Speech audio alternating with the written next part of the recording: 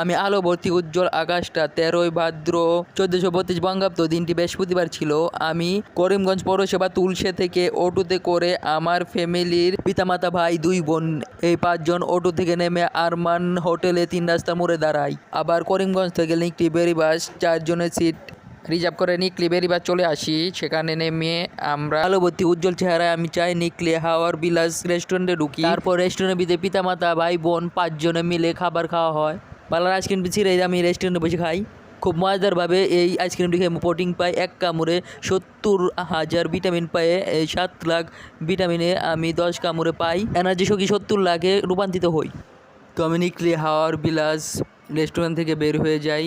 বের হয়ে আলোবর্তী উজ্জ্বল আকাশটা রাঙিয়ে আমি উজ্জ্বল আকাশে তার সামনে নিকলি বেরিবাস ট্রলারটার সামনে দাঁড়াই।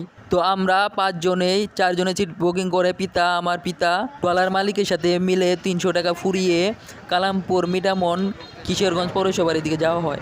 আমি আলোবর্তী আকাশটা উড়ে উড়ে যাচ্ছি কি শান্তিতে কালামপুর মিঠামন কিশোরগঞ্জ পৌরসভার এদিকে আরামসে খুব শান্তিতে নৌকাতে দ্রুত যাচ্ছি। আজ খুব আনন্দ উল্লাস উপভোগ করছি। Air force guarded of right এই বিমানটির সামনে আমি হাসি দিয়ে ছবি তুললাম খুব আনন্দ। মাতা ছোট বোন মেজো বোন প্লেনটির সামনে ছবি তোলা হয়।